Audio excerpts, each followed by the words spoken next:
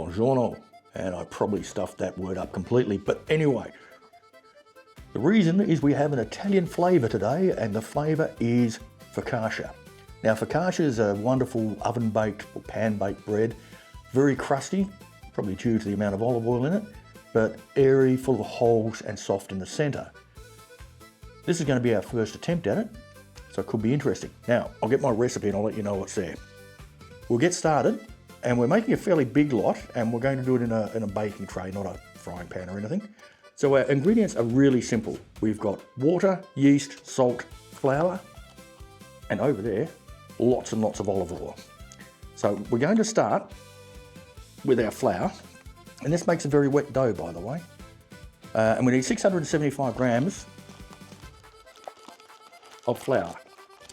Now, focaccia freezes really well. So we're going to freeze some of this, but we'll have some of it fresh, just with some balsamic vinegar and more olive oil. So let's see, 575 grams. Yeah, it's a bit much. Sorry, 675 grams. Measure twice. There is 675 grams. 540 grams of water sitting over here. Now the water is nice and warm. I think the reason for this is it helps hydrate the flour a bit better if it's warm. But I was told that this is a fairly important thing to have. Nice warm water. Probably around 40 degrees, 35 degrees. Put my finger in, yep, body temperature and a bit above. We need 10 grams of sugar. We need 25 grams of olive oil, plus a lot more later on. 675 grams of bread making flour, 18 grams of salt, and 8 grams of yeast. Sorry, 6 grams of yeast, but I've done 8. I think a little bit more yeast is probably good. What we do first is we take our flour, everything else out of the way, and we're going to just mix our water and flour together. Now this is a hydrolyzed stage. And we just stir everything through, and we'll end up with a very, very wet dough, which we can come in and have a look at in a minute. But it's just the flour and water together. Mix it through to get it sort of mixed, and then we'll get our hands in there to actually mix it through properly so that everything is wet and there's no dry ingredients left. Now that we've got it mostly mixed, we've got very wet hands, and we're going to go through and try and make sure that all of the flour is mixed in. We've got no dry bits. Very gooey, very sticky, but that's what we expect. And as you can see, it's not a very strong dough.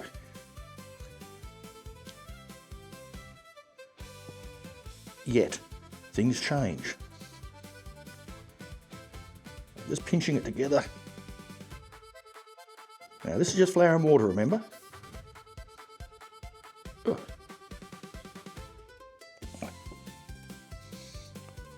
And we're going to actually just leave this, once I get some of it off my fingers, we're now just going to cover and leave this for 30 minutes. So now we're going to get our sugar and our olive oil, re-wet our hands, and we're just going to mix that through as well. We just sort of pinch it together just to make sure we're mixing it all the way through. That olive oil certainly stops it sticking to your hands. As we can see, it's a lot of olive oil. We'll get my plexi spatch and just get it off the bottom there, and just continue to mix it through a little bit. All right, now we're going to leave it for 30 minutes just to auto-hydrolyze. We have our yeast and salt here, and we're going to add that to about 20 ml of water. We mix this into a slurry. Now, one thing that concerns me about this part of this process is the salt will kill yeast. Hopefully not too quickly. So I'll just mix that up. Our dough has been hydrolyzing for 30 minutes. Let's add that in. We're just going to mix it through. Now I don't have to wet my hands because there is so much oil floating in there. We're just going to sort of pinch it through, like so. That is a very sticky, runny dough. We just want to make sure it gets mixed into this. really well. So about a minute of just stirring it in like this should do it. Then we shall leave it for another 30 minutes and then we'll do some stretching. Want some? We now have to do a bit of strengthening of the dough. We're going to do this twice. It's been brewing for half an hour. We're going to do the strengthening, leave it for another half an hour, stretch it one more time, and then it's going to sit for half an hour, then into the fridge overnight. So all we need to do is we grab the edge of the dough and we stretch it up until we meet resistance, and we drop it back down. And we'll do this 4 or 5 times, turning the bowl around a little bit.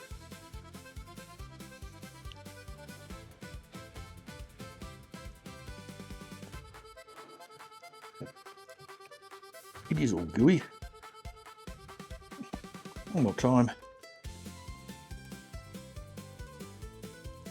And now we'll just sort of tuck it around underneath to try and get a bit of tension on that surface, which is not going to work. The dough is still way too sloppy. We'll cover it up and come back in half an hour, do another one. Our dough has been in the fridge since yesterday morning, and as we can see, it's bubbling beautifully. Got nice big bubbles coming up there. It's, at least, 3 times the size it was before. And we're going to transfer it into our stainless steel baking dish. To do this, this is where we start to use lots of olive oil. So there's about 1/3 of a cup there, I think. Let me just check that. Yep, about 1/3 of a cup. Let's pour that in here. And we'll spread it around the base.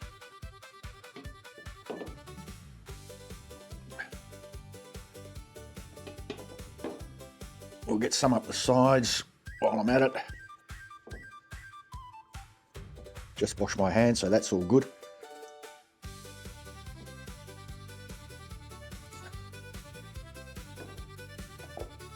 And let's get this in there. Oh, isn't that nice and bubbly? It's a very light dough. It's gone from that slush that we started with to a real bread dough. Now I'm hoping we've got enough for this pan. I think we will have. So what we now need to do is start spreading it out so it fills the pan.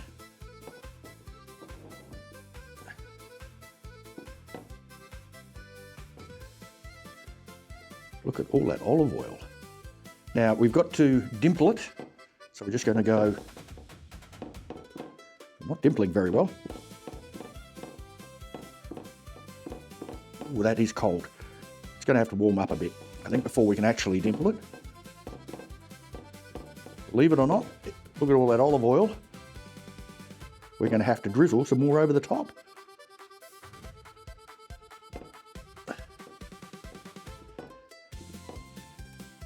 See, that's stretching nicely. We stretch it out and it stretches back again. Let's drizzle some more over the top. I think we're almost deep frying the spread. And now we need to cover, leave it in a nice warm place for an hour. So we'll leave this for an hour, we'll come back. We've got to dimple it again. We'll put our salt flakes on top. And then we can cook it after resting for another half an hour. Back soon. We have a whiny dog. Okay, so we're just going to dimple it one more time after letting it rest, and that's dimpling properly now.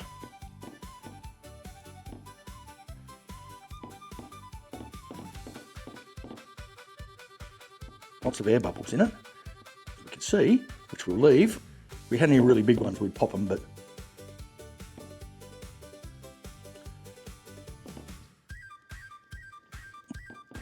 okay, I think that's about it. We'll cover it back up, leave it for at least another 30 minutes, then we'll sprinkle it with salt flakes and we shall bake it. So it's been rising for another half an hour, and if we come in you can see some nice bubbles have appeared in it around the place. I'm not quite sure whether it's double the size. It's very hard to tell with the thickness. But now we're going to sprinkle on some sea salt flakes, and it says to be very generous, so we'll be very generous.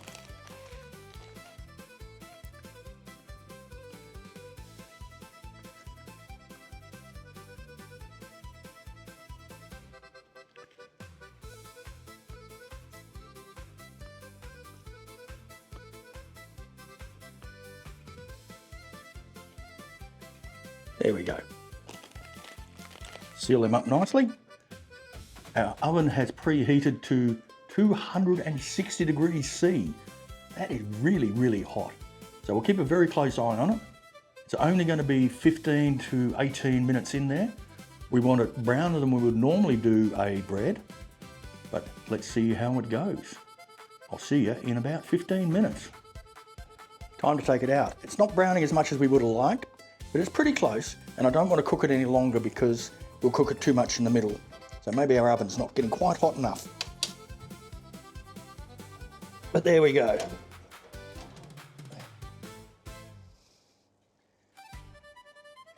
Right, now we've got to take it out of here immediately.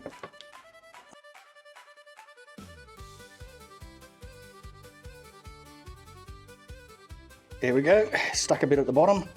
But let's quickly move it over and we'll let it cool down. Right, it hasn't actually burnt on the bottom, but we maybe could have left it in a bit longer.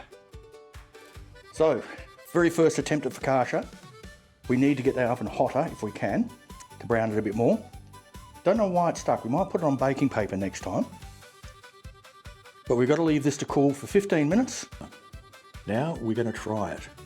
As I said, I think it's our oven actually. It does some strange things, but we shall cut a piece off the end here.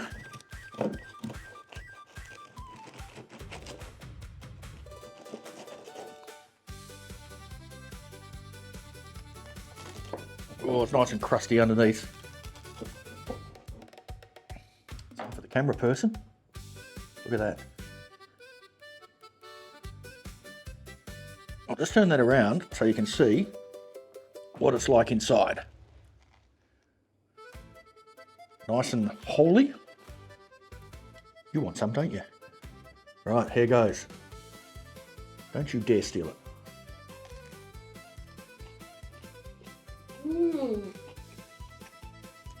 That is really good. Yum. Really, really good. Light, airy. Flaky. Has a great taste to it. Oh, that is good. Cooked nicely in the middle. Lovely. You just got to get that top browning. That is good.